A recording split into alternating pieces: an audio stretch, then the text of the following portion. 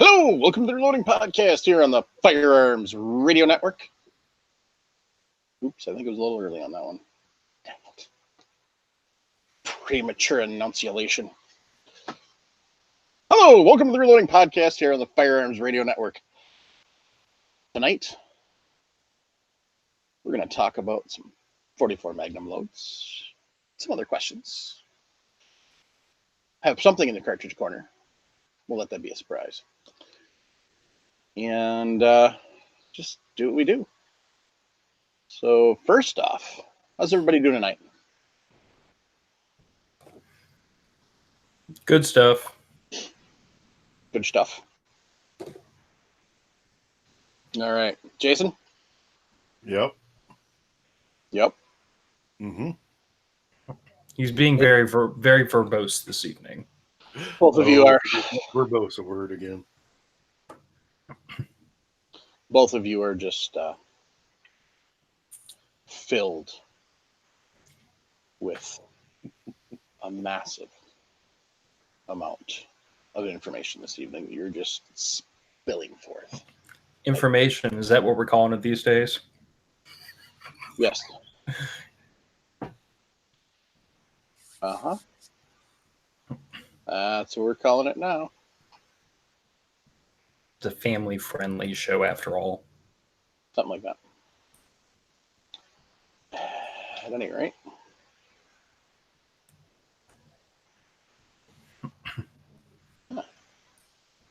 Ooh, I do have something cool on my mind. Okay. What's that? I have been loaned a chronograph by a listener of my podcast, and I believe he's probably a listener of y'all's too. Apparently what happened was one of the listeners to my show was asking me some questions about load development and velocities and everything. I told him, like, I don't own a chronograph, so I have no earthly idea how fast the stuff is going. I just load it to, whatever gives me good acceptable accuracy and doesn't exhibit pressure signs. And he was like, well, I'm really curious, like, for the purposes of ballistics and comparing this to factory ammo, how fast it's going, how fast your loads are going. So he got in touch with another listener of mine who has apparently 3 chronographs. He's got a lab radar, and then he has a Crony, and he's got something else. And he shipped me his Crony, like, free of charge, wants nothing for it, just said, here, use it, return it to me when you're done with it. Nice. Yeah, so I was kind of blown away, and now I have to get up off my lazy butt and finish the load development I've been putting off for 6 months. So I have to schedule a day out at the local range when my dad can head out there with me because he's a volunteer range officer during non-public hours and bring like every gun I own. Because I've got a lot of different loads that I've never shot over a Crony, and now I have a Crony, so I need to find out what velocity they all produce. Why do you need to know the velocity now, Phil?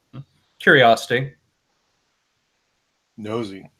Mind your own business, Phil. Well, it is my business. It's my ammo coming out of my guns. It's the bullets business, not yours. Oh, God almighty. Yeah, here we go. It's a family-friendly show. Family-friendly. Anyway, that, and I'm also curious what the velocity difference is going to be between my 18-inch AR and my 10.5-inch pistol. Shooting the same ammo on the same day out of both guns. Just curious.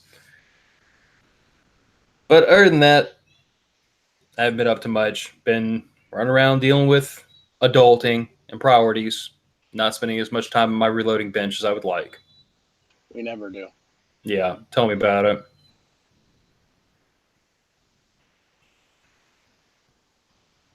I know exactly how you feel. We never get to spend as much as we'd like. Interesting, there's no such thing as a 255.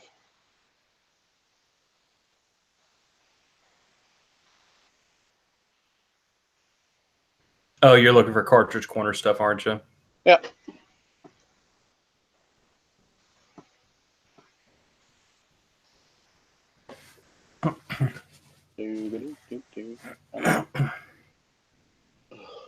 Killing me, Smalls.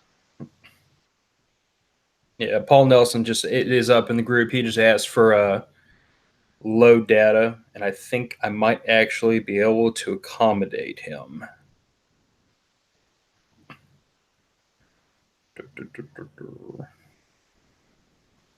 Nope, never mind.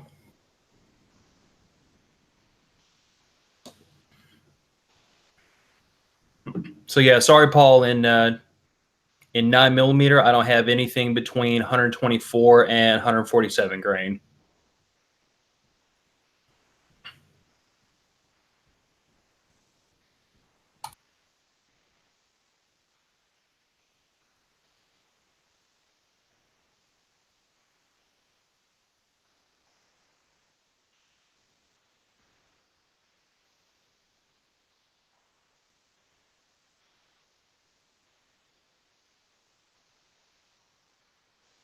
Sorry, I was deep in thought. So, Jason, what'd you do? Anything? I got a gift from a listener. What'd you get? 49 444 Marlin cases. That's an awesome gift. From Jim Madow. How do you say his last name now? But Madow. Yeah, he said he found these years ago, and he thought, okay, when I get to 50, I'll buy that 444 Marlin. And he never got the 50. And so finally, I guess he gave up, and he sent me the 49. So thank you very much, Jim. I guess now I have to load them, though. He caused me work. Damn it. I hate it when that happens. Yep.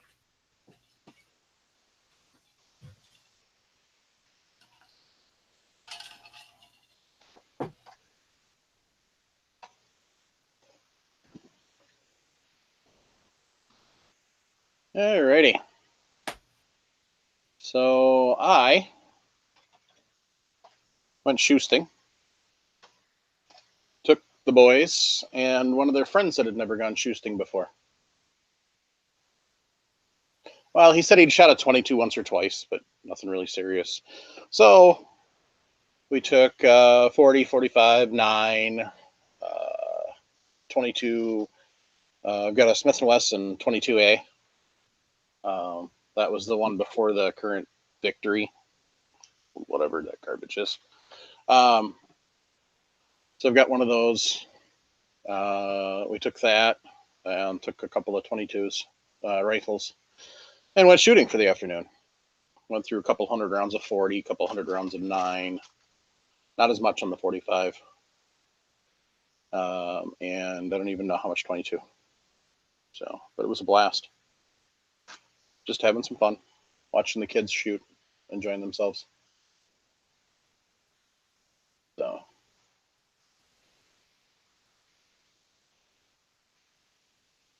all right.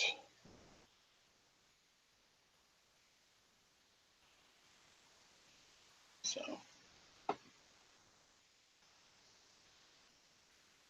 all right. So that's that. So for the cartridge corner tonight, since there isn't a 255, we decided to go with, well, I decided to go with 25 WSSM. Winchester Super Short Magnum. And if you've never seen one of these, they are goofy. It's basically kind of like somebody took a 30-06 and put it in a press and squished it. And when they squished it, instead of just flattening it, went and blew out. So, actually, I used to say 25-06, so because it uses the same 257 bullet. Any rate, so the idea behind it was to give you 25-06 ballistics with a short action. So kind of like the 308 was for the 30-06, almost, but not quite. So it came out in 2004. It was the third cartridge to be added to the Super Short Magnum line. And 2 years later, so 2006, they stopped production of rifles, and now it's pretty much a niche cartridge. So there was 243 WSSM, the 25 WSSM, and I think 300. I don't remember off the top of my head. But, excuse me, it was just one of those wild ideas that, you know, how they go is, let's throw something against the wall and see if it sticks. And so that's what happened. All right. So basically, ballistic studies goes through the history of Winchester to Olin to blah, blah, blah, to blah, blah, blah, blah, blah, blah. So for those who don't know, the Winchester Repeating Arms Company was actually sold to Olin Corp in 1931.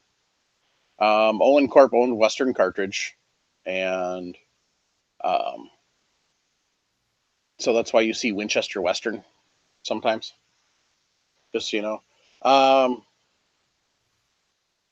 So in 81, because Olin was starting to go under because they were not producing, one of the things that really kept Olin alive was producing ammunition for the military. About an hour north of here used to be a huge ammunition plant that they stopped producing, I don't know, mid to late 80s, I think. And it kind of just sat. And so then it cost them a crap ton of money to clean it up. But anyway, so in 81, Olin sold the New Haven plant, the Winchester New Haven plant, to its employees. The employees formed their own company called U.S. Repeating Arms Company. Olin retained the ammunition along with the trademark Winchester. Then they released the rights to use the name Winchester to USRAC. Basically, you know, it just kind of continued to go down until 89 when the whole entire mess, or the New Haven plant, was taken over by FN. So they bought the New Haven plant plus the rights to the Winchester name, still leased from Olin. And so as they were going, they were trying to just, you know, another one of those things, throwing crap at the wall. And so that was one of those things, was the WSSM line. Because especially in the early 2000s, everything was geared towards speed, speed, speed, speed. And so that was kind of where the whole WSSMs came about. It was trying to give you a lot of speed, and as a result, energy in a short action. So, and one of the things about a 25 WSSM is it doesn't slam as much. It doesn't have as much felt recoil as, say, a 25-06 or a 270. Definitely not as much as the 300, the 30 caliber Magnums. So, it really, really does a wonderful thing for, especially whitetails, stuff like that. It really hits the same kind of ballistics, and you have a lot of same uses like the 25-06. So, just the fact is, instead of a long action in your bolt guns, now it's a short. So, quicker follow-up shots, blah, blah, blah, shorter guns, lighter guns, and the whole thing. So, but the thing is there's not a lot out there. Olin, honestly, is still the only company making ammunition, factory ammo. And otherwise, it's hand loading. So, and it's kind of one of those cartridges that they tried, kind of like what we were talking about last week with the 280, where for a while, the only reason it was around is because it was a hand loaded cartridge. So, but I'll have all the information from, I'll have the link from Ballistic Studies and kind of the information. Give you an idea, talking out of a 22-inch barrel, they were looking at, for a 110 grain bullet, they were looking at 3030 for the feet per second. 115 grain was 2990. And the 120 grain was 2920. So you're talking Weatherby speeds, more or less. Where the heck did I put that? Grief. There it is. So yeah, you're kind of talking Weatherby speeds. Kind of give you a comparison here.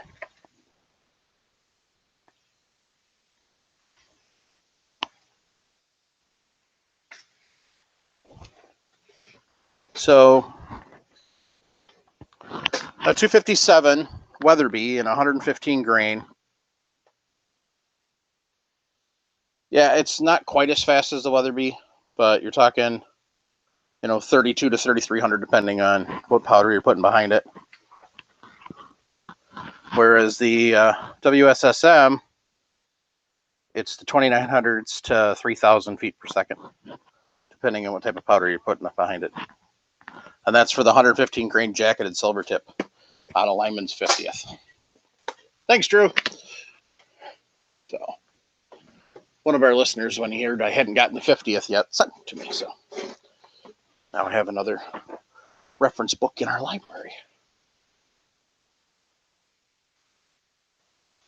But that's kind of the long and short of that.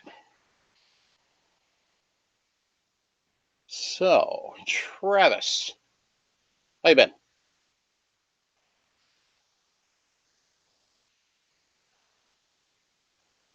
Did we lose Travis? No, he's there. He's muted. His Trap. mute button won't unmute. I can see the frustration in his face. I recognize it. Slap that some bitch. I can't unmute him either. Huh. Oh, let's try this.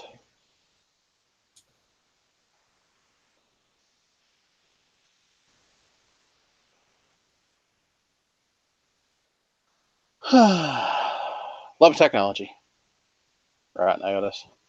Oh, yeah. Oh! The mic's been hijacked. That's his problem. All right. So, yeah, the WSSM series was kind of one of those solutions in search of a problem. The whole entire series of it was, really.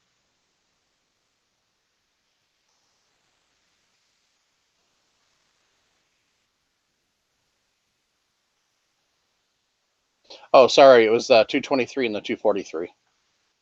So,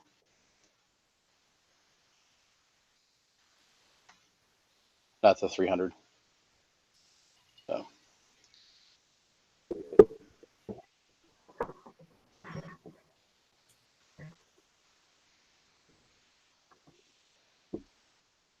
Okay.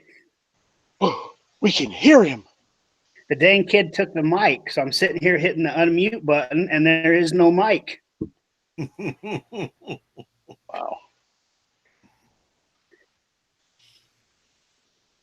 Okay, so what was you asking me? What I did in shooting? Yeah. So Saturday, I shot another 3-gun shoot at our local range. And then, I started working on hand sorting some of my 223 brass by head stamp. I've been pulling out all the Hornady brass.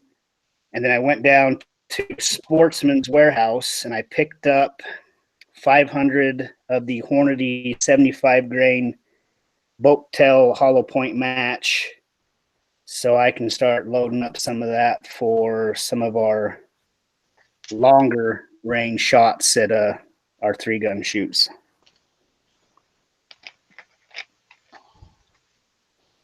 Nice.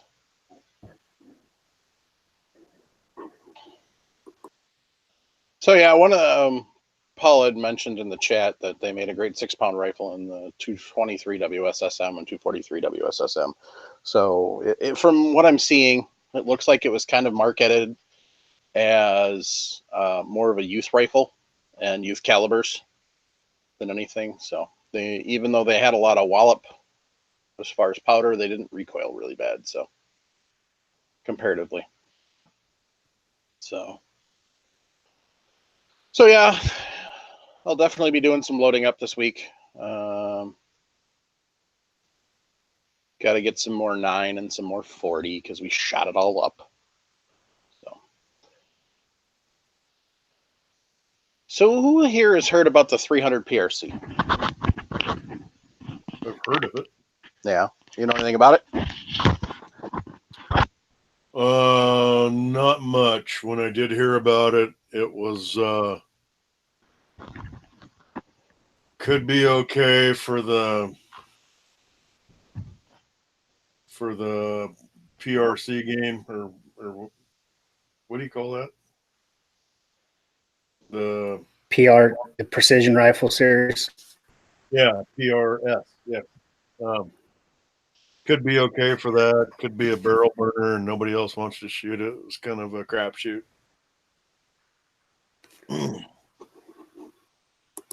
Well, I know Redding's making dies for it.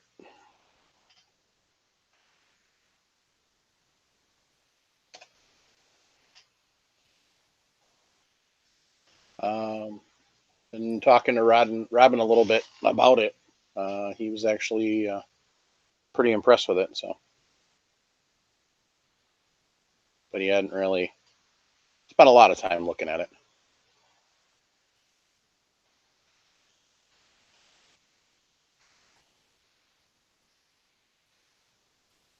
But Hornady's making factory ammo. Holy, there's a whole bunch of. So it's based on I just looked off, this is all off Hornady's website. I'll put a link in the show notes. But it's an intelligently crafted, so I'm guessing Hornady had something to do with the creation of it. 21st century Magnum cartridge specifically designed to take advantage of long, heavy 4 caliber bullets. That makes no sense. Long, heavy caliber bullets capable of delivering the highest levels of accuracy and aerodynamic performance. So it's based off the 375 Ruger.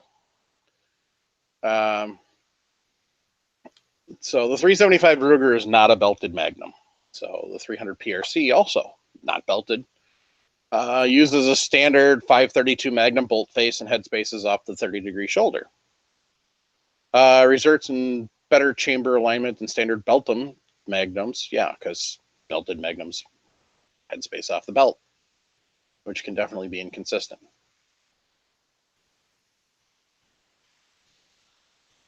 Oh, sorry. Sorry about everybody having to stare at Travis for a while. It could have been worse. Could have been Jim. So just keep that in mind.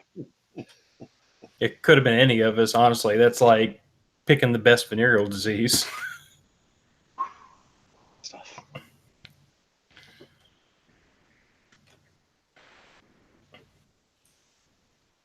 So, yeah, headspace is off the shoulder. Being a 30-degree, it's not a real sharp shoulder, but it's still pretty decent for chamber room. Also allows for better stacking and feeding from fixed magazines. Yeah, definitely. That's kind of the nice thing about that is that shoulder will really help pop it up and out and get it fed into the chamber better. 300 PRC chamber and cartridge were designed concurrently, combining to provide excellent alignment and highly tuned performance. God, this sounds like a car ad. Sorry, but it does. Cartridge case designed to use common temperature, stable Magnum speed rifle powders, producing extreme consistency, velocity, and increased barrel life compared to currently available Magnum cartridges. Here's some of the companies that are producing 300 PRC. Accuracy International, Axial Performance Rifles, Bergara, Christensen, Fierce Firearms, Georgia Precision, Hill Country Rifles, Horizon Firearms, Ruger, Remington Custom Shop. Is it really custom if it's from Remington, though? HS Precision, Krieger Barrels, Seekins Precisions, Gunworks, Proof Research, Barrett, and Stuteville Precision. So definitely not something you're going to walk into your local Walmart and buy. Definitely probably not something you're going to walk into even your local Cabela's or Bass Pro and get. Possibly the Rugers you could order, but man, maybe the Bergaras. I don't know if they've finally started carrying them or not. But the rest of those are pretty high quality, high price rifles for the most part. So obviously it's not something you're going to buy just for playing around with. Test barrel, 24-inch. Does it say what powder it used? It's got the new updated ELD match bullet with the new heat shield tip, so that it doesn't melt at supersonic speeds like the old ones were.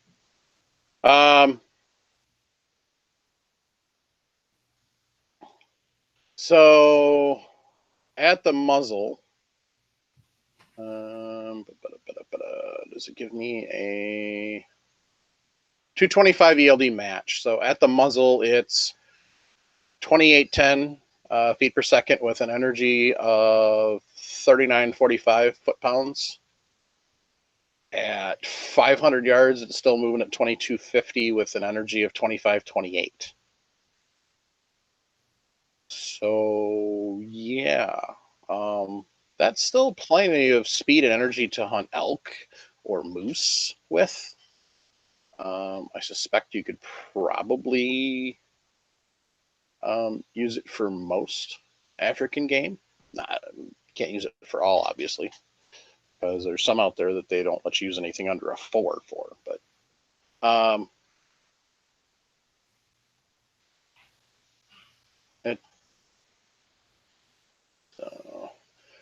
yeah, kind of a new thing. The ballistic coefficient on that 225, using the G1, which is the one you commonly hear. There's two different ballistic coefficient scales. There's the G1 and the G7. We've covered it in the past on what the difference are. The G1, it's 0.777. And the G7, it's 0.391. So it's kind of serious ballistic coefficient, which would explain why you're not looking at, you're looking at some speed bleed off at 500 yards, but not, you're only looking at not even 600 feet per second at 500 yards, which is pretty amazing, actually. So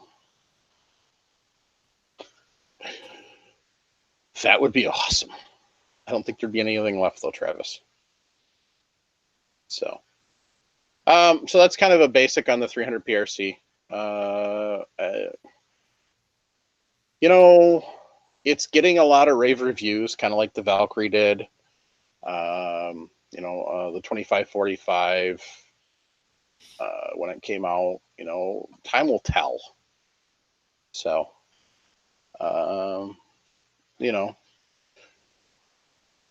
it may stay around.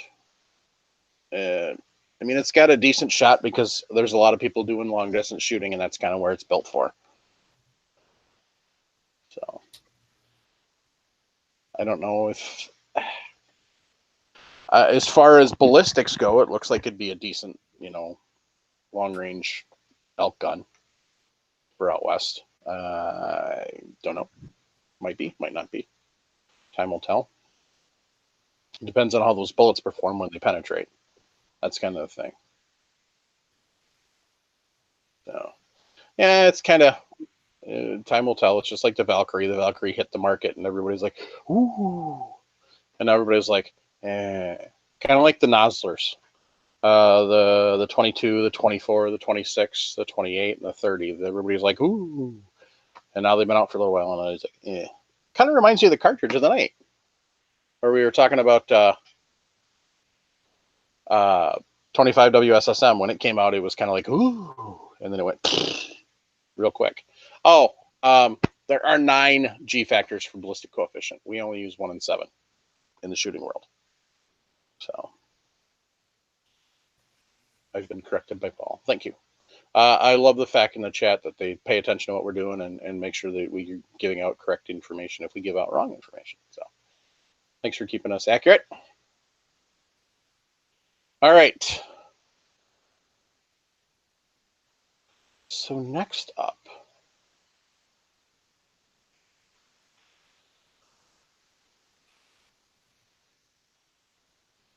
reloading 9mm Largo. Hi guys, listen to you all the time. I have a Spanish carbine and an Astra 400 that I want to start reloading for. The surplus corrosive ammo is getting harder to find and getting more and more expensive. I ordered a few hundred 9mm Largo brass from Starline, found load data to start working at my loads. My question is, what dies do I use? I've heard regular 9mm Luger dies can be used, just the dust of the die for the 9x23 case. I've also heard 38 Super, which I have to reload the 1903 Hammer 38 ACP. One YouTube channel says use the 38 Super dies and then use a 357 receiving die to neck down the mouth of touch to get proper neck tension. It puts a 4,000 shoulder in the case. I'm not sure about doing that. I plan to use 9mm 125 grain truncated blue bullets that are 355 in diameter. The load data I was planning on using from an older reloading book is Bullseye 4.5 to 5.9 grains with CCI Winchester primers. This is a published load, so I'll stay on the light side to keep the old girls intact. Any help with reloading die choices would be great. Not sure if I included in my message that sorry. He had a second message he sent. He uses a Lee Classic turret press, so any die recommendations would need to take that into consideration.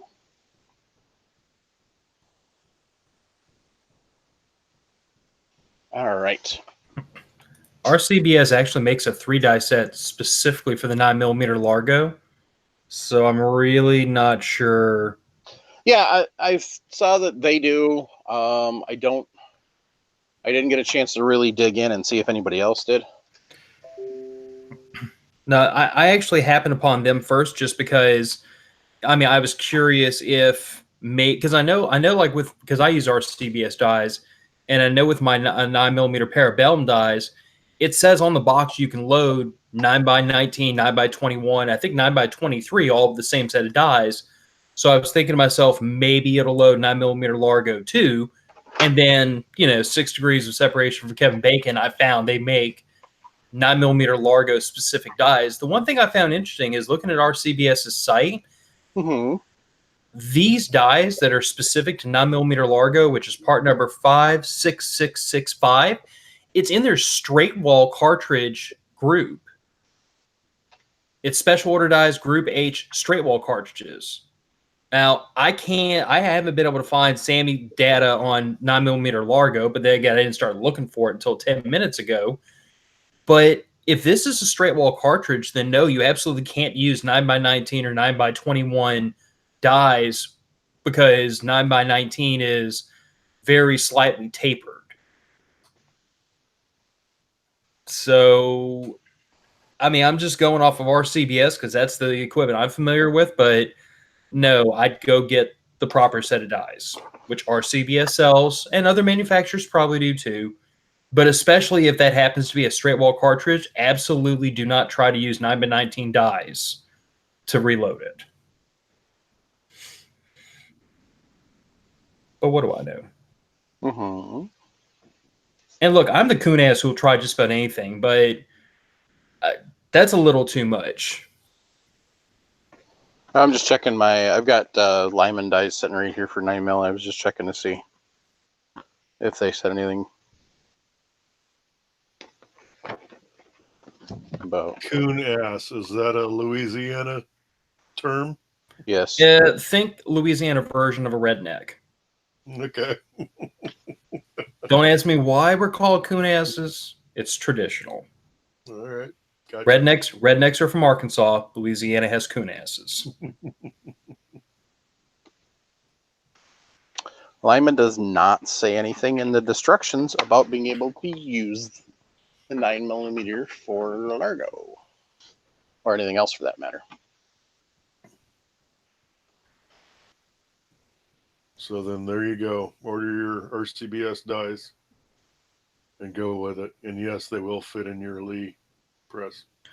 Although oddly enough, I just found 9mm Largo case dimensions, and it is a tapered cartridge, even though those dies are in RCVS's straight wall group.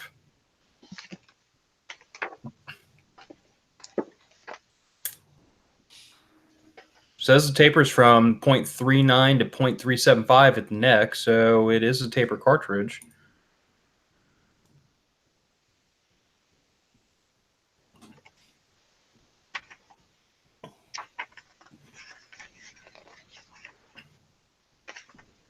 Dadgummit, how do we not have a listener in the chat tonight that like knows everything about the 9x2 the 9mm Largo that can help us out?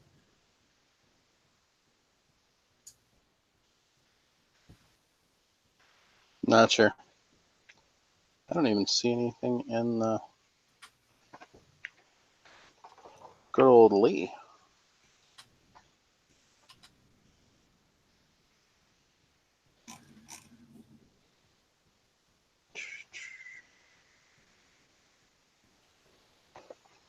Nope. Time to look at the other ones. All right.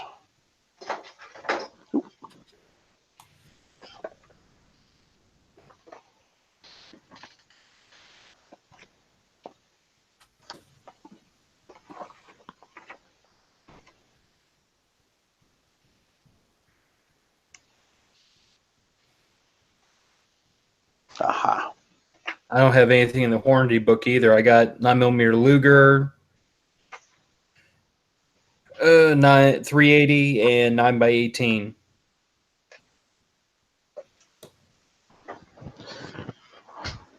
Sierra comes through again. 9mm Largo.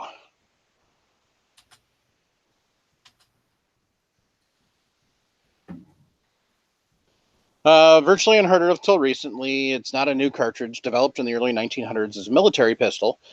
It was adopted by the Danes and the Spanish. The Danish put it in the model 1910. The Spanish, the star and the asterisk.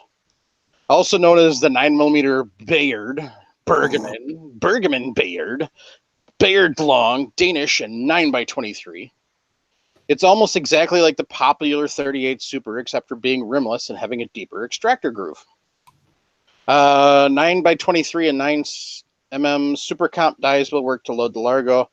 9x21 dies will work if you back them up slightly. Surplus ammo is available, all burred and primed, but for the reloader, Starline makes cases specifically for the Largo. Due to the deep extractor grooves, 9mm shell plates and shell holders won't work well. For Dillon, they found the number 3 shell plate, the 222, 223, etc. With number 3 buttons. Worked well on the Model 550 and the number 23 shell holder in the RCBS. So, they suggest using primers with hard cups, such as Winchesters or CCIs, because of some of the primer flowing. Lots of different loads in here. 90, 95, 115, 125. It's all 355 diameter. So, yeah, so I suspect, let's see here. Those are on eBay. Wow. 9x57 9mm Mauser dies. Interesting. Anyway, back to what I was doing. Let's see here. See if we can find some 9x23 dies.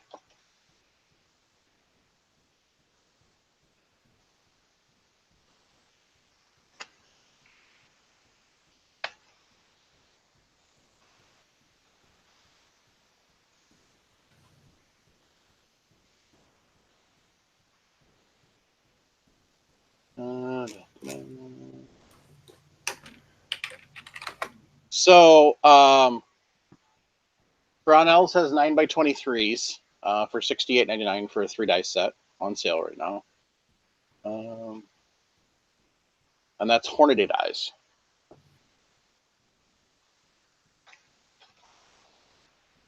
Just for kicks, I'm throwing in 9mm Largo just to see.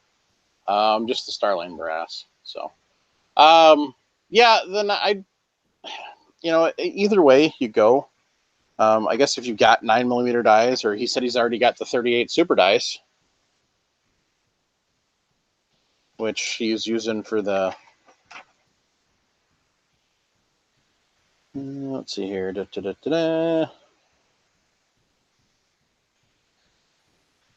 I don't know if the 38 super dies would work. It might. I mean, because they're almost exactly alike, except for the fact that it's rimless and it's got a deeper extraction groove. So maybe. I don't know. I know there's a crap ton of information out there.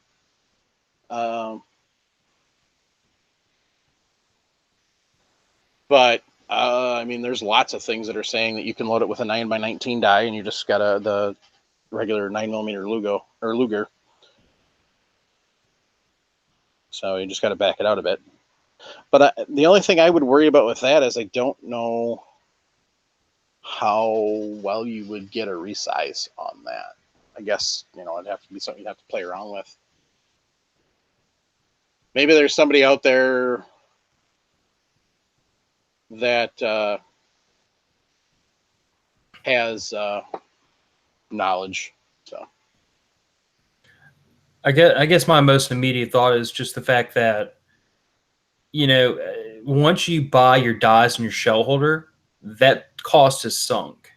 So it's not a repeating cost. So why not just take the time and spend the money to get exactly the equipment you need to reload this?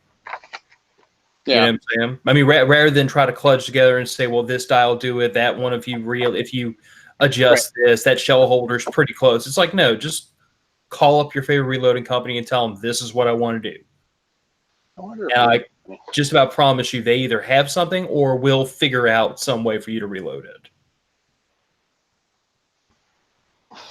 excuse me.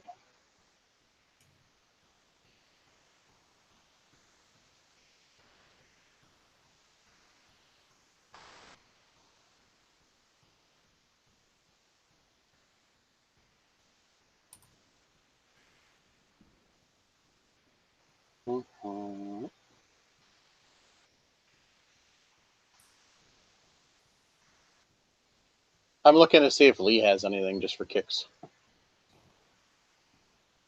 I mean, Lee custom makes dies too, so. But I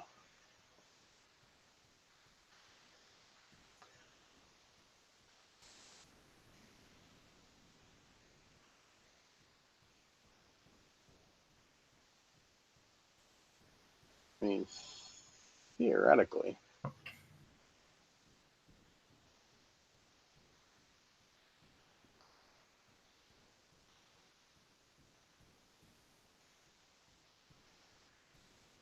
All right. No, doesn't look like they do.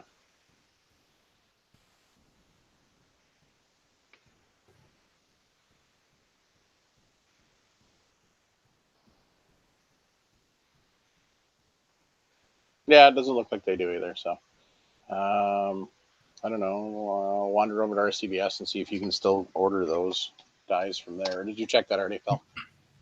Say it again. Did you check and see if RCBS still has those dies available? It says special order. Okay. So probably from the sound of it, it's not something you're going to find on sale at Midway USA. You're probably going to have to call RCBS and tell them, I want that. But it's on their website, and I've dealt with RCBS customer service before. They've never been anything but absolutely amazing. So I don't see why they wouldn't be willing and able to accommodate. But I mean, 9mm Largo, it's just off the beaten path enough that you might be in that situation where you just need to make a phone call and tell them, I need the dies and the shell holder to do this. And then be prepared to do some hunting around for data.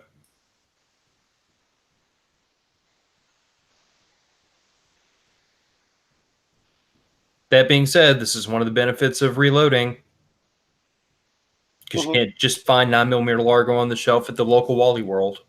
Right.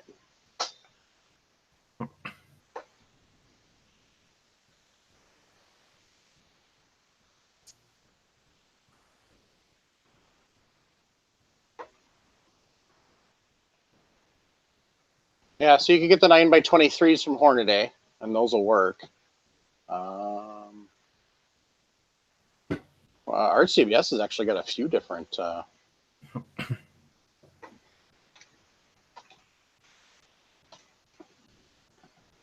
special dies there.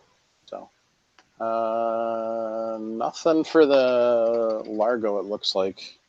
From RCBS? In Reading. Oh.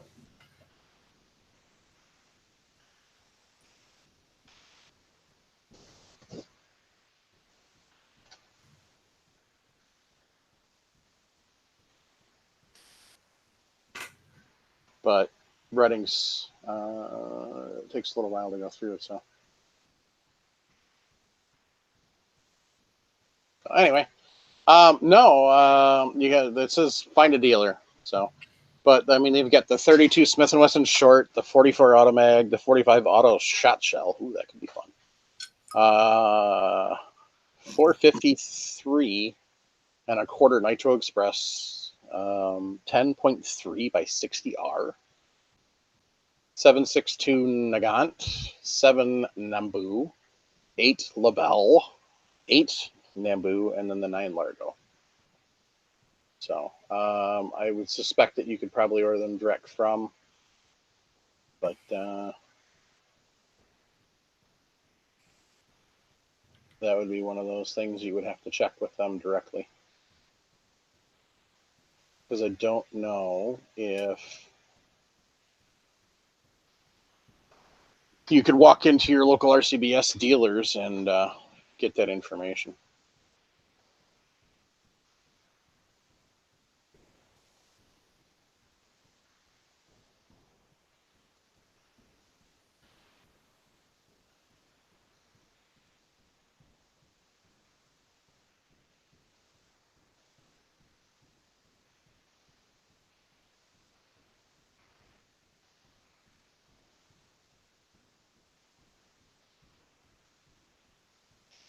And I'm just looking through. I finally got Readings up where I wanted it, and so I'm looking through just to see if there is anything.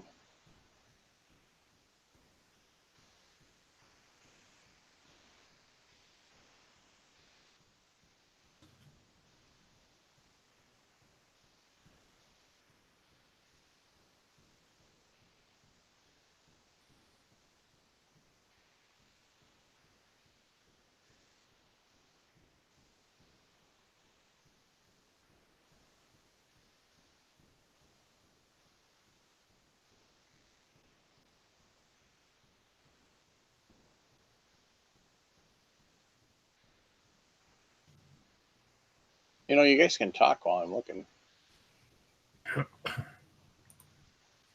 Blah, blah, blah, blah, blah, blah. And I don't see anything. So.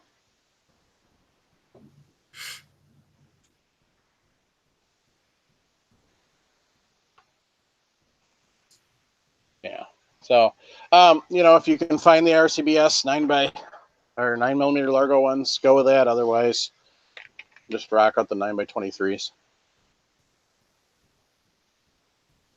So.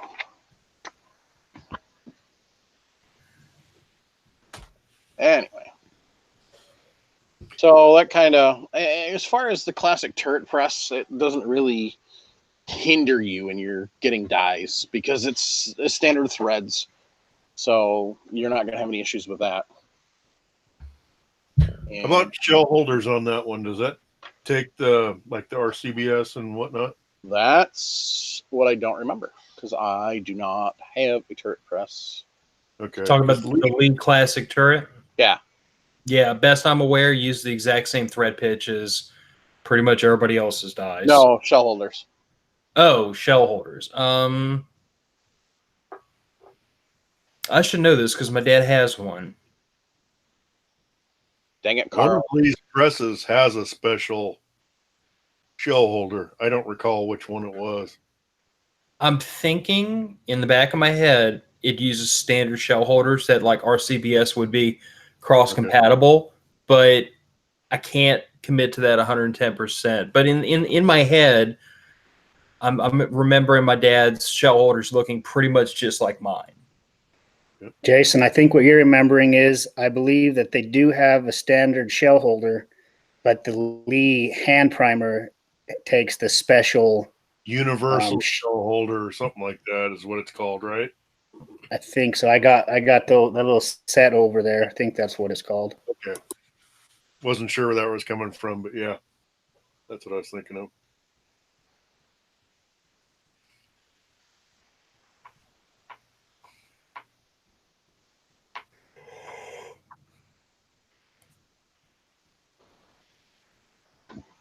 Mikey, why did you ask me if I loaded 44 earlier?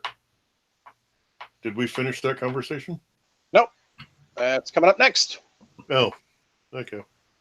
Hello, I'm hoping that you can give me some insight on a load test I ran recently. I've been reloading 9mm for about 5 years now, and just this March and April, started loading 44 Rem Mag. While the 9mm was plinking range ammo, I wanted the 44 Mag to be something more, so I ran a test of 12 groups, 5 rounds each, detailed below. Data makes no sense to me. Gun details: Ruger Super Blackhawk Hunter with Burris Fastfire 2 MOA, or Fastfire. Fired from a sandbag rest at 25 yards. Hand load details. Recipe from Hodgson website. Cross-reference with Lyman 49th. Winchester white box brass fired once through the gun. Wet stainless steel pin tumbled, not trimmed, but measured to be within 0.004 of each other. At this point, he didn't have a trimmer. WW296. The charge weight was 23 to 24 grains, somewhere in that neighborhood. Each load was hand weighed, trickled on an RCBS 505 scale primer, CCI 350 large Magnum pistol primers. Bullets were extreme 240 grain plated solid points. Overall cartridge lengths of 1.6, crimped with a Lee factory crimp die on an RCBS Rock Chucker 4. Caldwell the new Caldwell Ballistic Precision Premium Kit Chrono set up at 10 feet from the gun. Mike, can you give me that bullet again? I missed that part. Extreme 240 grain plated solid point. Okay. So the data I pulled out for a second because it wasn't formatting nicely. So I've got to figure out how I'm going to make that work. Give me a second. Come on, computer. Actually, I can just read it off the email. So, of course, the email wants to reload too. So, okay. So,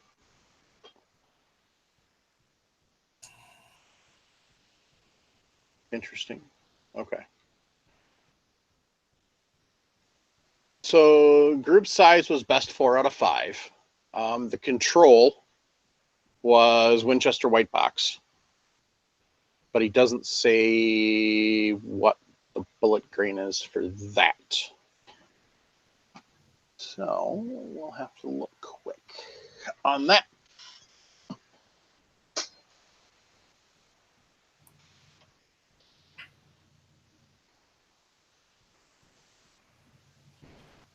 But at any rate, okay. So I'm just gonna share my. No, I don't want to do that. Dun, dun, dun, dun.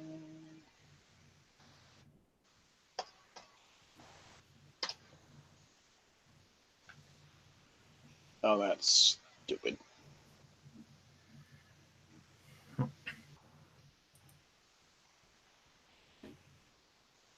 Oh, interesting. Phyllis doesn't carry Winchester white box at all. Anyway,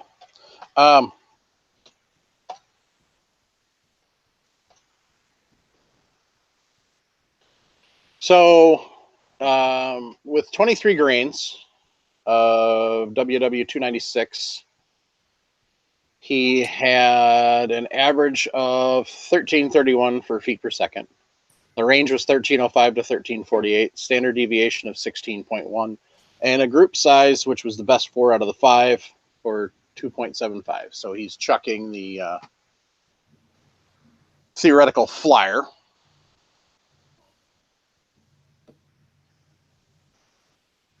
In this. Okay, so it looks like the white box is 240 grain soft point.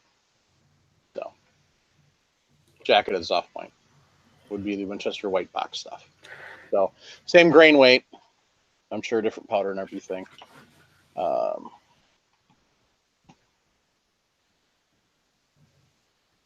Good grief. So, for the control, which was the white box, average FPS of 1398, a range of 1398 to 1429, standard deviation of 20.4, and a group size of 2.5.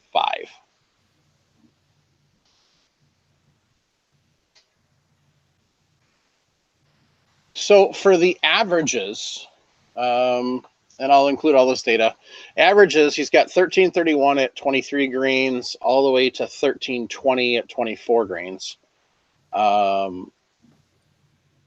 And the lowest speed is 1285 at 24 grains, and the fastest looks like 1368 a couple times at 23.1 and 23.6. Largest group was 3.9, that is 23.5 grains. Smallest group was 1.85 at 23.8 grains. And that also was the smallest standard deviation at 18.0. No, sorry, second smallest.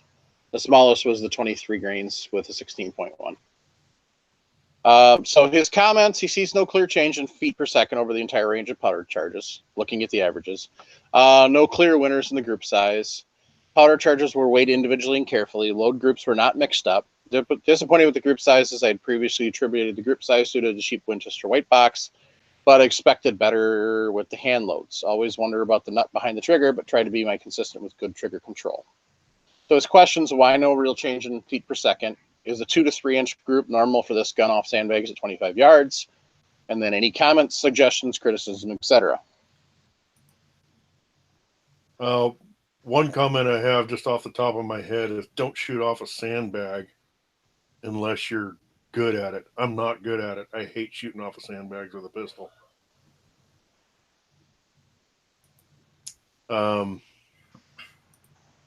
Yeah, Buckeyes, Travis asked barrel length. Do we know that?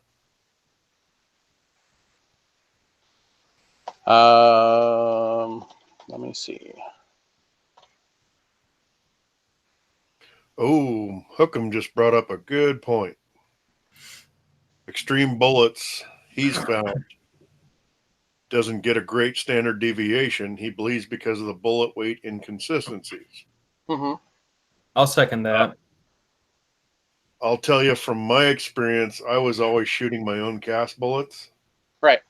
So there's quite a difference right there. No, I will agree with Mark, though. My experience with Extreme Bullets has been dimensionally, they're pretty consistent. I haven't seen like wild inaccuracy out of them. Their quality control is pretty decent for a what is admittedly a plated bullet, but the weight is not super consistent. Compared to like I got a couple boxes of jacketed Hornady bullets, those are fairly consistent in weight. But Extreme Bullets isn't. I don't know that I would attribute that to like wild fluctuations in accuracy, but it's worth pointing out. Honestly, I don't reload 44 Magnum. My father does, and I wish I had him here to ask him the question. But the first thing jumps out at me is 23 to 24 grains of powder seems like kind of a narrow range for that powder in this cartridge. Don't y'all think? I mean, could that be part of the reason why he's not seeing a big swing in velocity? Because, I mean, I'm looking at Hornady's data, and 23 to 24 grains is like 50, 60 feet per second, according to their data. Mm-hmm. It seems to me like if he was really looking to like explore, he should have maybe started a little bit lower and then wound up at 24 grains. But by his window between min and max charges being so small, that may be part of the reason why he's not seeing pressure signs or any increase or a marked increase in velocity, because this is the window he's operating in. Yeah. Does it say where he gets his data from, Mike? I thought I heard Lyman, but Hodge website cross-reference with Lyman 49th. Okay. I don't have my my load data book in here with me. I'm looking at Lyman. Yeah, Lyman literally is 23 to 24 grains for 296. And Hornady is 20.7 all the way up to 24.5. But as I'm forced to point out with Hornady, some of Hornady's data is suspect. No, I would never say suspect in the way of like dangerous. No. Some of their data is extraordinarily conservative to the point of like short cycling guns. Right. Like when I first started reloading 308 Winchester and didn't know any better, I went ahead and put together a batch starting at their starting charge, and the bullets weren't going fast enough to fully stabilize in my gun. Like that's how slow it was. So I know some of their data is legit, stand toe-to-toe with anybody else's, and I know for a fact some of their data is far more conservative than most people would think appropriate. So 20.7 might be pretty ho-hum, but if Hornady's saying it'll max out at 24.5 grains, I'd go that high. I'd work my way up that high and not think twice about it.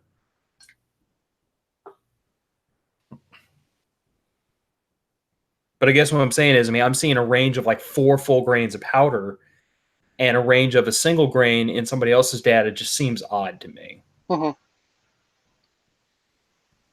Especially for Win 296 or H110. It sounds funny because it's a ball powder, and it's really like a lot of it fits into a really small area, but it's usually got a pretty fair window from min to max charge. So Sierra for 240. Now this is a jacketed hollow point. 296. It goes from 21.2 to 24.7. Accuracy load, best load was 23 grains at 1,300 feet per second. Hunting load was 24.7 grains. Obviously, you're looking for speed with hunting at 1,400 feet per second. And they show... Though you said? Yeah. Okay. So that is, a little bit of different. Let me see if they offer any other options. So while you're looking there, I do recall the who's the bullet manufacturer he was using? Extreme. Extreme. When I was messing around with those, the lead's soft underneath that jacket, that plating. I wonder how well it engages the rifling. Like, your lead can literally be so soft that your plating, it just kind of moves under your plating like jello. Mm-hmm. Yeah, we were talking about that. That's a possibility.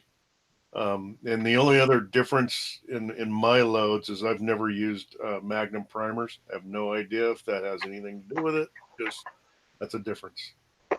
In my experience, CCI standard. In my experience, swapping back and forth between Magnum and standards in handgun rounds, the Magnums are a little bit hotter. Like in my experience, you have to dial back your powder load a couple tenths of a grain to get to the same result.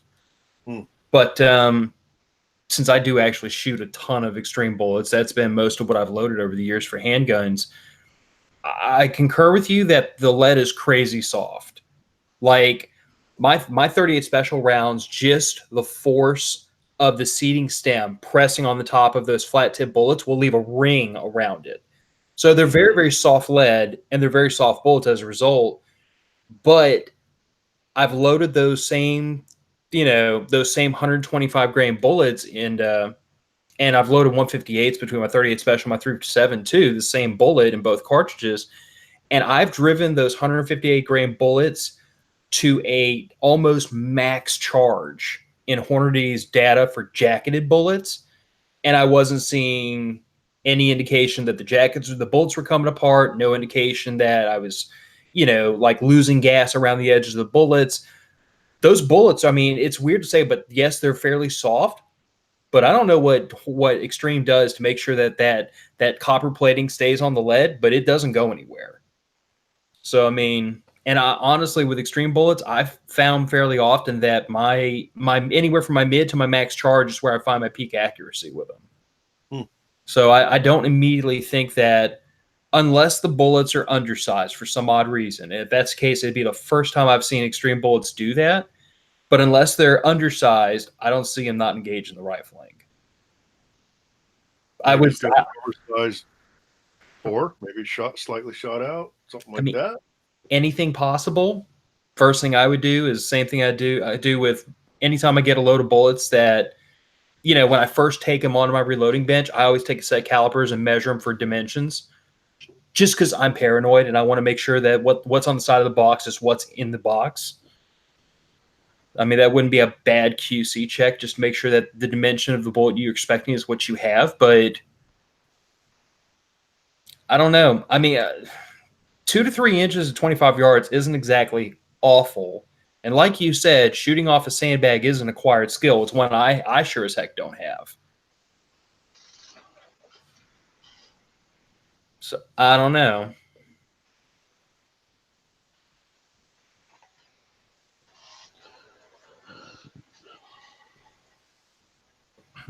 Yeah, Definitely there's got a a lot few of variables in this,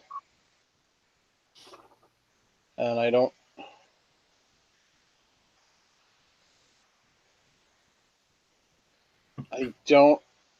Sandbags aren't necessarily consistent. That's the problem with that.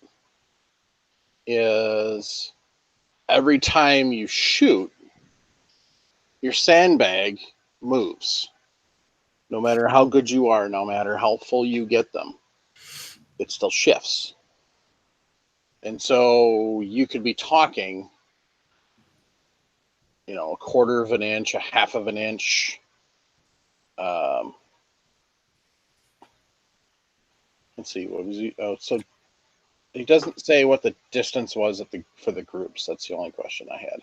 25 yards, I thought he said. Okay. Yeah, 2 to 3 inch groups, 25 yards. Okay. Yeah.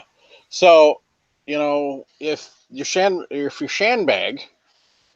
sandbag shifts and your barrel moves 1/10 of an inch, quarter of an inch, what does that translate to at 25 yards? Or if it's not literally in the same rut as it's sitting there in the sandbag, so first time you pull the trigger, it's pointing here. Your sandbag's like this, hard to demonstrate. But you're sitting here on the sandbag, and then you pull the trigger, it rocks the sandbag, and all of a sudden your barrel moves over a little bit, or moves down, or moves both ways, Moves a or different way each time. What's that? Moves a different way each time. Right. And it does. I mean, there's no consistency to sandbags. That's why I went and spent the money on some actual shooting rests that don't have sandbags. And that's one thing I hate about the lead sled, is the lead sled still has a small sandbag. So it limits the amount of movement, but it's still a sandbag. So that's why when I'm actually doing my final sighting, I have a different one that's got just a regular rest that I use for the actual final sighting, because I want to remove that inconsistency of that sandbag in the lead sled. So the lead sled's nice because it absorbs all that recoil and it saves you from killing your shoulder if you're running especially if you're running a ladder load or an OCW where you're shooting a heck of a lot. That's where the lead sled really comes in nice. So, 2 to 3 inches is pretty good. So, but I mean, if he really wants to get serious, then yeah, he's looking at something like that to be able to lock down with a Thompson, like a ransom rest or something like that, where you can actually lock it down. Or even just a regular pistol rest versus a sandbag, where it's going to be consistent every time on where the barrel's resting. So the problem with that, now you're resting your barrel. And what do we spend all of our time trying to do in rifles? Free Barrel float. harmonics. Exactly. Jason said free float, and Phil said barrel harmonics. So when you're resting that barrel for the handgun on anything, now you're affecting it. So This was a pistol, though, he was talking about, wasn't it? Or do we know? Ruger Blackhawk. Blackhawk, that's right. Oh, Super Blackhawk, sorry. And what is the purpose of the load? Do we know that? That I don't think he stated. So he just wanted to be More than a plinker was the way he put it. Yeah, he just wanted to be accurate. So shoot it like you're going to shoot it. Don't do something different. I was going to get really used to shooting your gun and get good at it. Practice is what it takes. I mean, if he wants to. Oh, sorry. Go ahead, Phil. Well, I was going to say, and I don't know how applicable it is to precision handgun shooting, but I know that shooting my 308 off a bipod versus shooting it off a bipod, whether it's shooting off of a bench or shooting from a shooting mat on the ground from prone, just that was enough at 100 yards for me to see a shift in the point of impact. Not changing anything else. Same load shot on the same day by the same loose nut behind the trigger. But just a small thing like shooting from prone versus shooting, sitting down at a rest. So, I mean, I guess my thought is I wouldn't put a lot of stock in how the gun groups or even what point of impact it shoots to shooting off a sandbag. Shoot it the way you're going to shoot it. Absolutely. Because, I mean, we've talked to death the fact that shooting off sandbag is not a super consistent way to shoot, and I wouldn't even have a lot of faith in it shooting the same point of impact that way. Whether you rest the butt of the pistol or, God forbid, the barrel on sandbags, it's going to shift things around slightly. Uh-huh. Although about 4 people in our chat have accurately pointed out that if he's making like 2 to 3 inch groups at 25 yards, he's not doing that bad with a box stock Super Blackhawk. I mean, that might be the limit of the firearm, or approaching it at least.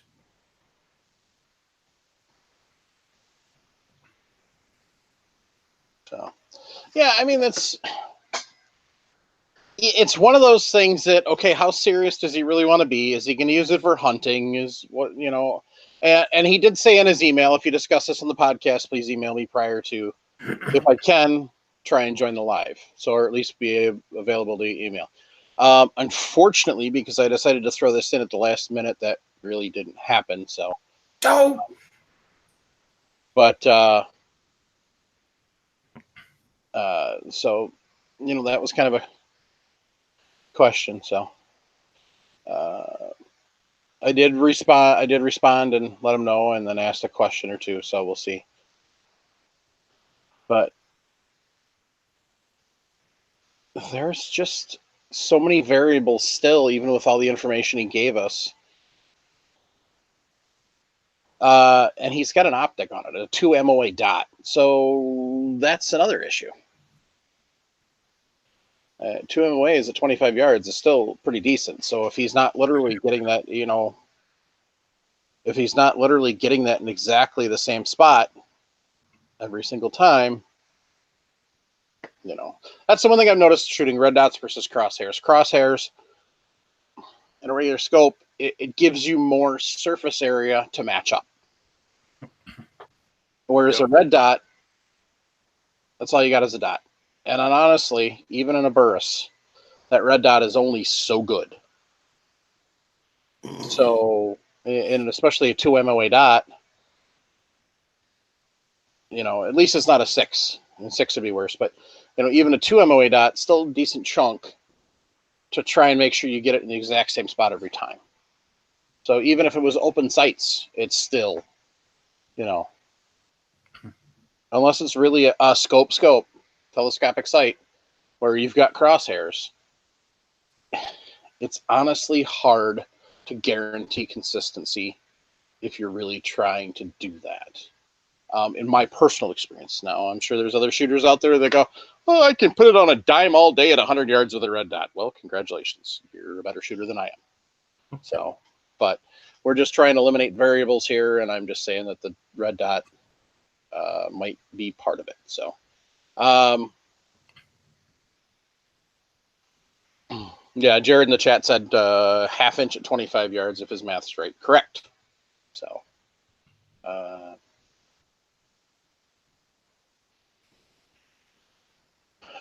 Mark was saying that a red dot on a red dot on that might be hard on it because his Model 29 ate a loophole dot, red dot sight. So because of just the shock and everything. So I don't know if that would be Super Blackhawk. Probably would be. It's a Super Blackhawk Hunter. So theoretically, it comes drilled and tapped. I'll look that up quick. So one thing he could try is the lollipop method to see if it's him and his dot not interacting correctly. So where you put your target on top of your dot and you can put it in pretty close to the same spot every time. Right. I've done that with iron sights. Yes. And the other thing I would recommend is shoot farther. Shoot 100 yards, shoot 200 yards, whatever you have access to. Mm-hmm. And that'll really narrow things down and help you figure things out. It also impresses the hell out of people when you whack 100 yards with a handgun. I know I watched my dad with his Super Red Hawk 44 Magnum ring an 8-inch steel plate at 100 yards like 4 or 5 times in a row. Everybody on the range was like, I can't do it. It mounts on the barrel. It's impressive. It uses a special mount. It's actually got little divots on the barrel that it mounts to. There's a rib on the top of the barrel. Oops, sorry. So. Oh, it's ribbed, huh? Yep. Leave it alone, Travis.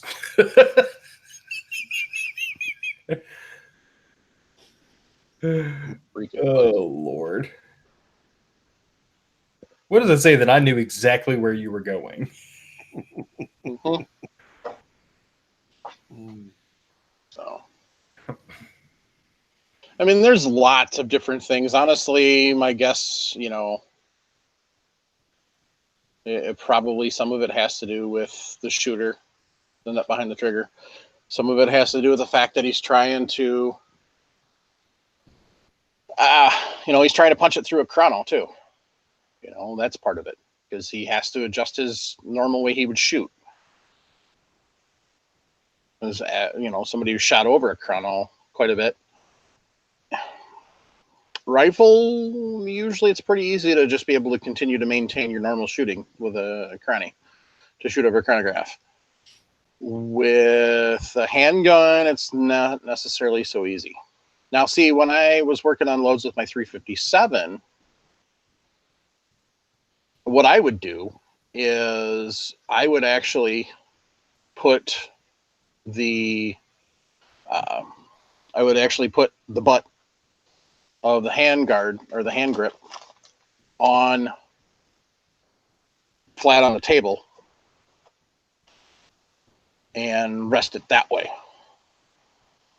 Because I had a GP100 that I was playing with a 6-inch barrel, and so I would actually take and rest the butt of it on the table, the bench I was shooting at. So, and that would kind of stable it up because it wouldn't be as much wobble and stuff. But I never really got serious. So the nice thing is it's a Super Blackhawk, so it's a single action, so he's not worried about being a double action when he's trying to shoot. So that helps.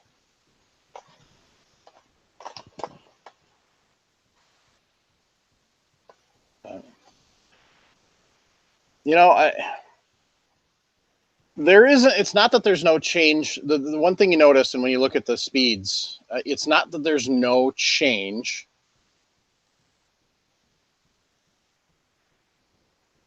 It's not that there's no change in the feet per second, but it's the averages are close.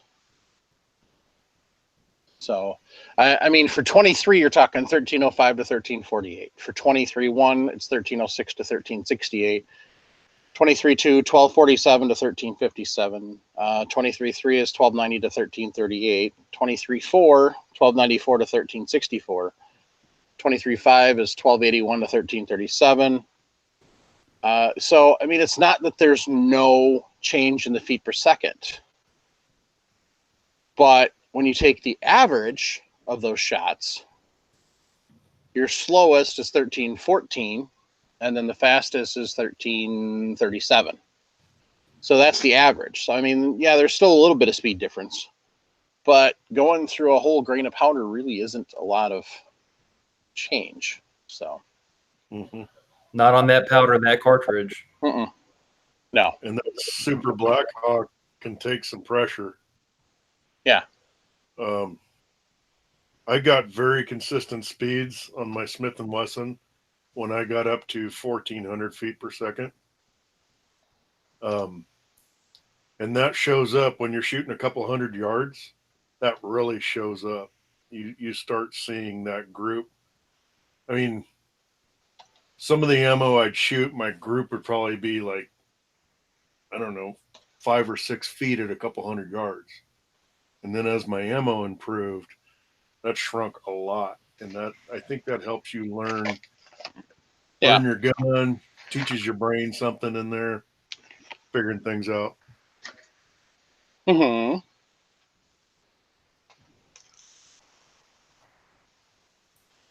And, you know, there could be questions as far as crimping, you know, different things like that. There's different things. So Kim did just join us in chat. So I just asked him what the barrel length is. But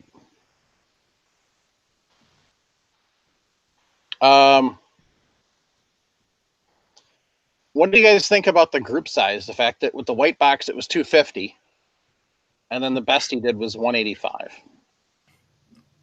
I don't think he has much to complain about, honestly. Right. For factory gun, I like I said, I'm not the expert in this group, but I think if he's trying to get below a 2-inch group at 25 yards, he might be butting his head up against the limitations of the factory gun. So, I mean, but his question was like, is that a normal group size for this firearm? I would say, yeah. You're shooting the gun to its potential. Yeah. Do not be upset about that. As far as the limited difference in velocity, I think his Minimax charges were just too close together to see a big change in velocity. Right. He's thinking 8-inch. He doesn't remember off the top of his head. So, But his factory, his cheap white box ammo shot the smallest group. it was second smallest.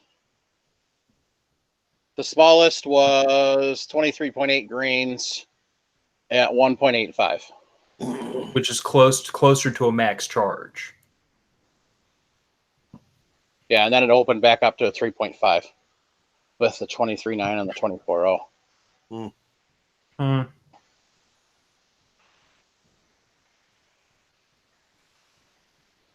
But yeah, otherwise the 2.5 with the Winchester white box was second smallest group. Okay, so what's wrong with the 1.85? I don't have a problem with that group size. Maybe he's looking for better. I think he needs to practice them more then. Probably. I'm sure that has something to do with it.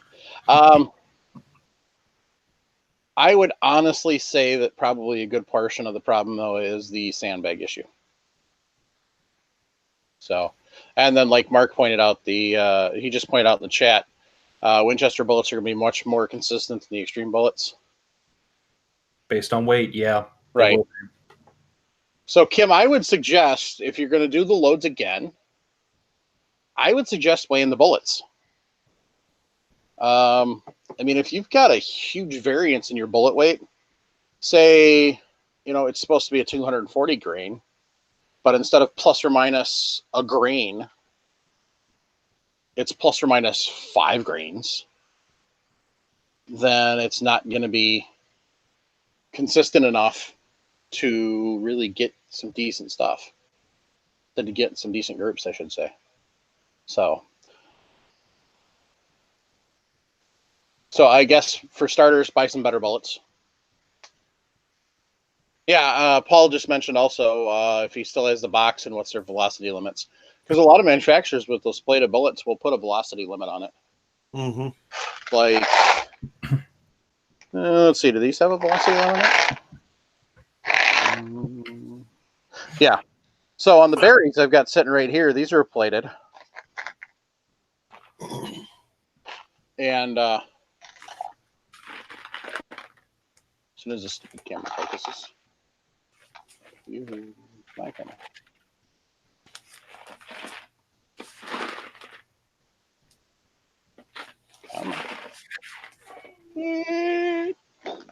Anyway, there we go. Well, I can only speak from my own experience.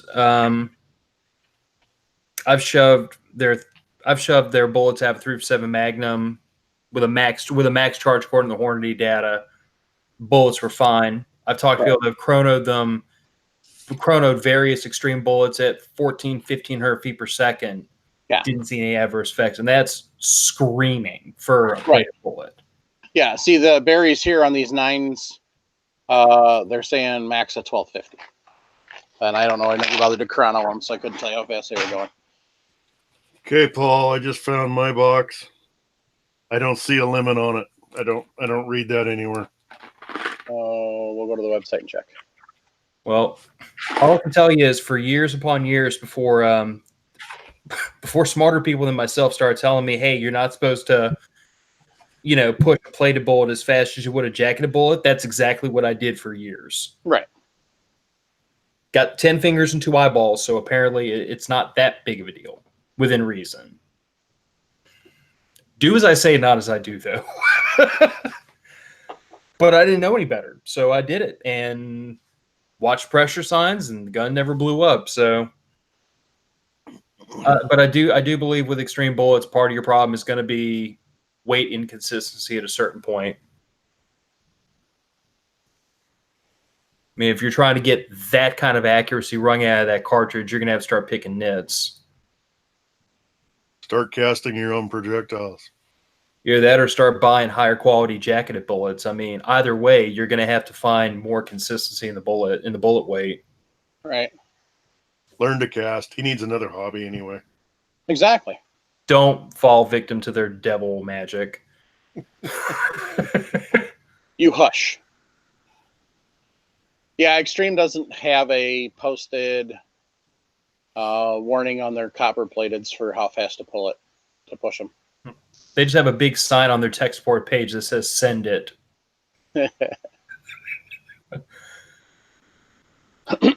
Excuse me. Oh, copper plated bullets can be run at mid-range. Jacketed velocities are higher, and lead velocities. We recommend keeping velocities less than 1,500 feet per second, and only using light paper crimp. Non-issue. Send that son of a gun. Less than 1,500 feet per second. Send it. Yeah, send it. Jesus, that's moving for most plated bullets. Mm-hmm.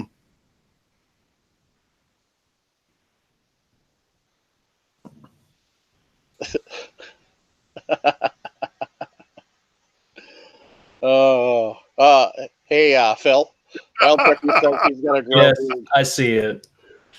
Don't be jealous. Don't be jealous. Nice beard. He's not petting it. He's pondering. Come on. Seriously, look, boys, grow a beard and do this. It helps you think. Trust me. That's why it's called pondering. And it makes me look really intelligent, which I'm really not. No. That's a lie. That's a lie. That's a bold-faced lie. Thanks I've been called worse.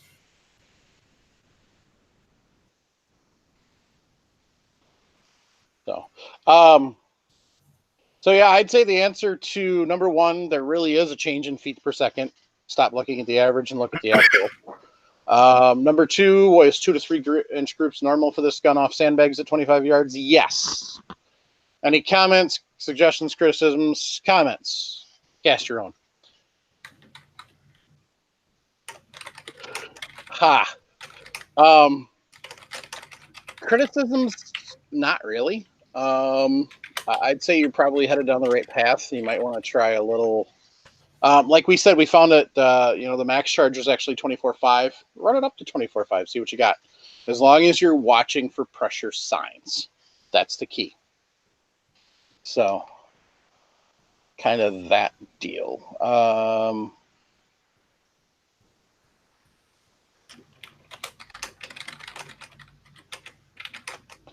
And make sure that the show notes have his full data in there for the information which he gave. I'll have to put all that in a chart. So, but I'll make sure it's in there so that way everybody can have that.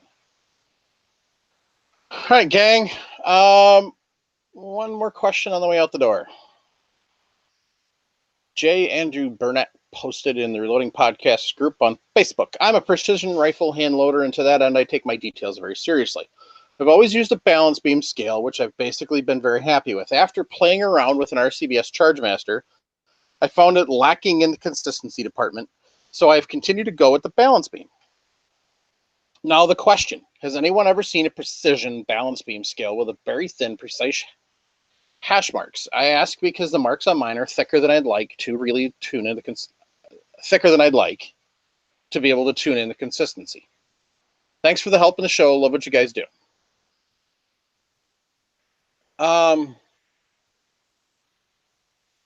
I've never seen one. Doesn't mean it's not out there.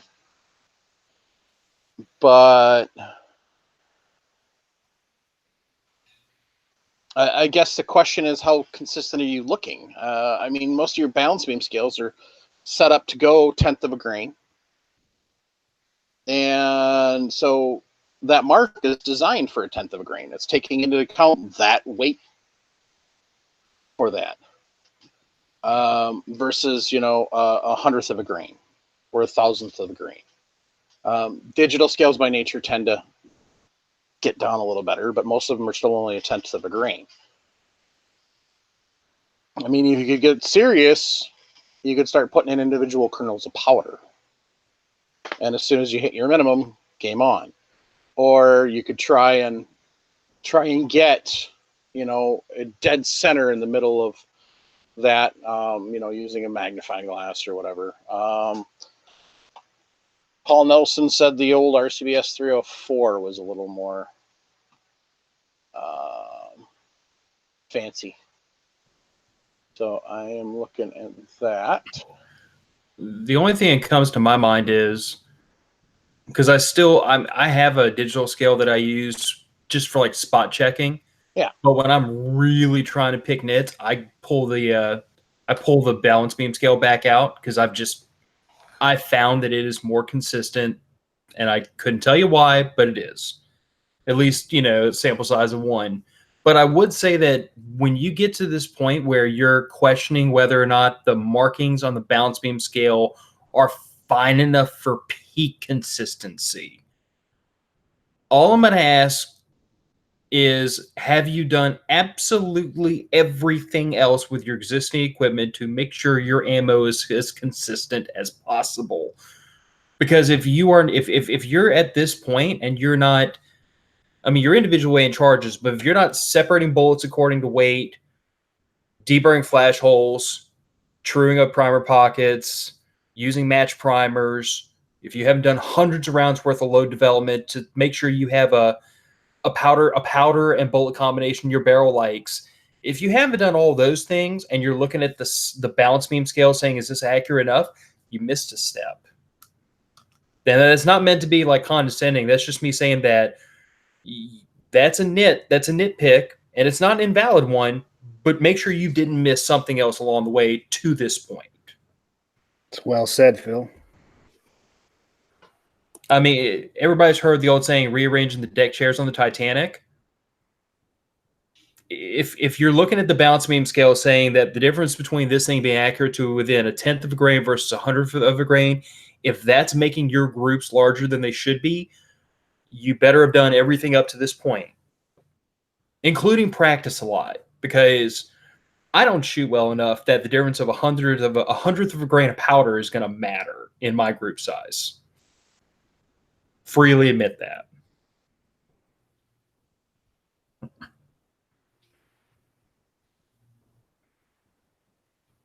Bill Newbert, yes, I am suggesting that within certain applications, there is a limit to OCD.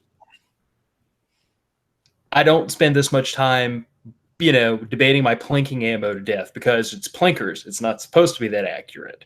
If it takes me an hour to make 50 rounds, it's taking too freaking long. But even in match ammo, it's not that I'm saying that there's such thing as too OCD, because, I mean, anybody that's been a listener to the show for a long time remembers Jeremy from a couple years back. When I listened to that man's process for loading precision, like his F-class ammo, I was shocked, because like his version of brass prep is like a week-long process. It's minutia to the minutia point. It's incredible.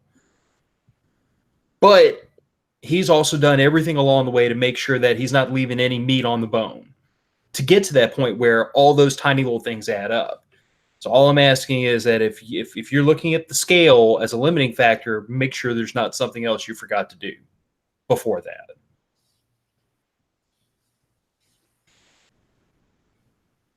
I think the guys are a little concerned because OCD Phil has said there is a limit to OCD.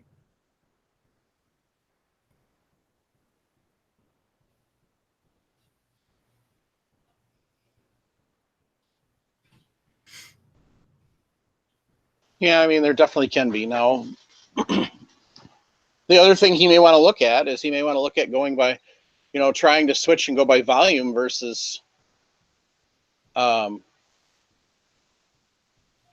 other way. Instead of going by weight, switch and go to volume. And that may give him the consistency he's desiring. Because, I mean, that's what he's looking for, is he's looking for consistency. He's looking to eliminate another variable in his shooting. So there are some scales out there you can find that are, a lot more expensive. So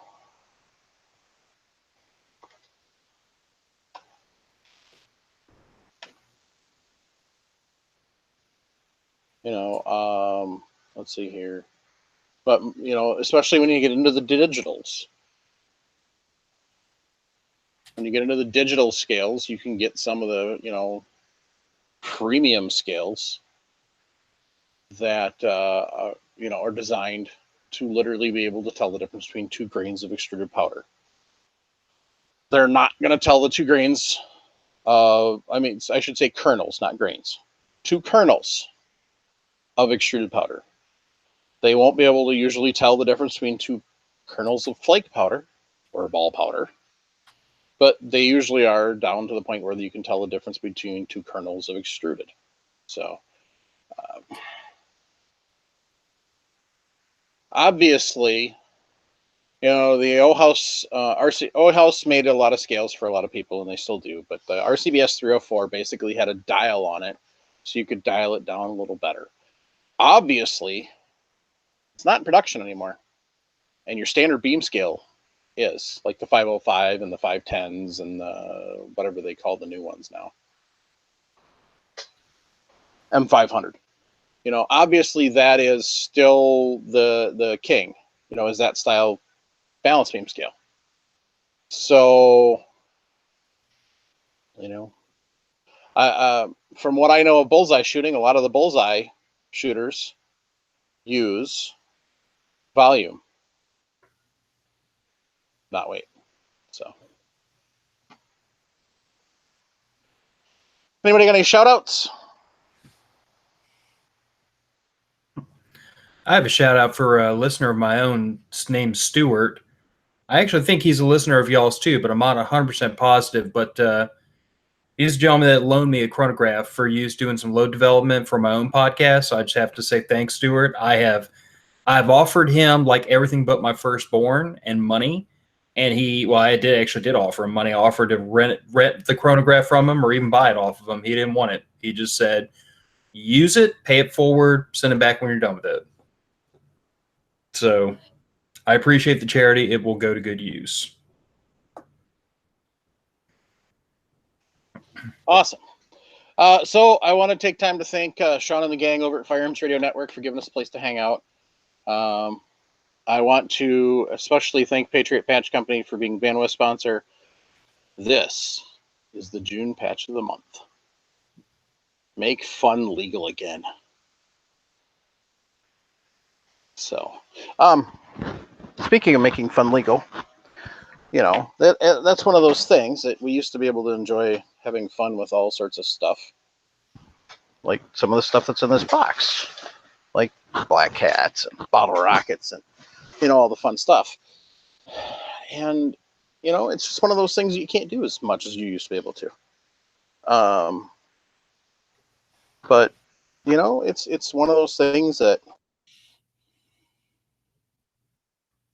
by God, in this country, we need to get back to celebrating properly. So, all right. So there's the June patch of the month. We'll put the circle of life right over here. So those of you who are Patch of the Month Club members, you may have gotten it already, or you may be getting it shortly. That's what the sticker looks like. So it's an awesome patch. Just another awesome, great one.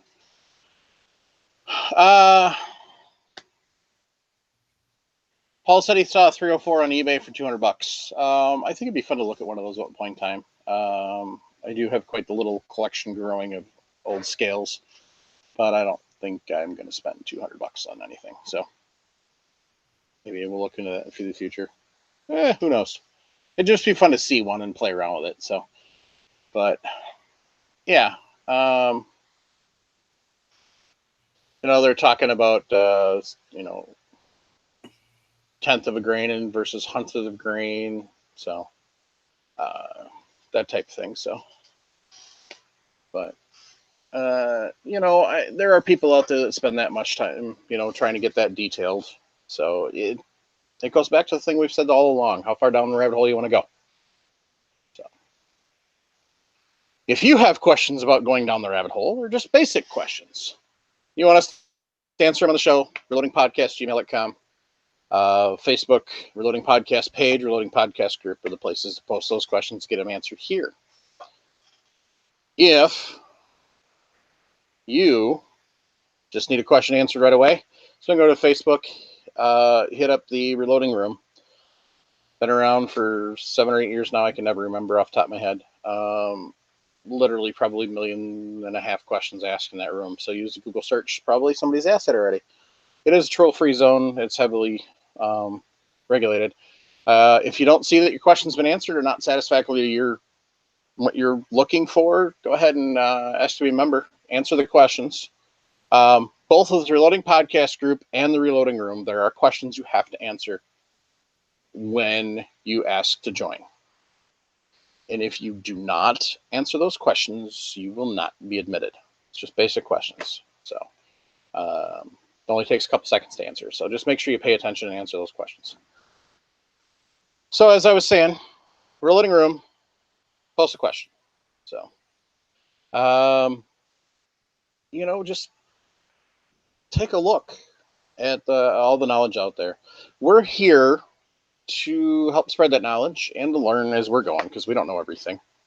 Even Jim, who's been around for, you know, since the Earth was cooling, still doesn't know everything. So we always learn different things. So if you disagree with us or something, send us an email.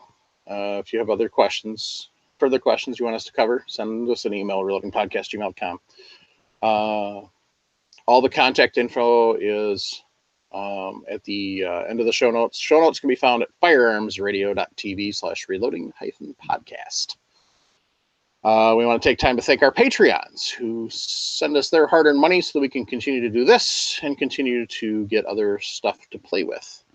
And Jim's jumping on just in time to give his sign off. Awesome.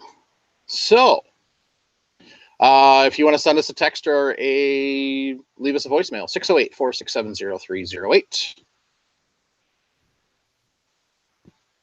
And on that note, keep your brass shiny. Be an asset, not a liability. Get out and do some bullet casting. Use the powder coating. Hey, is it too late for me to say, go out, take someone out shooting? Nope. You got to wait for Phil to say his line there first. Okay. Buy it cheap and stack it deep. And now you can say your line. Take someone shooting, and while you're at it, make sure they join the gun club. All right. Thanks, folks. Have a great night. Get out, everybody. Good night.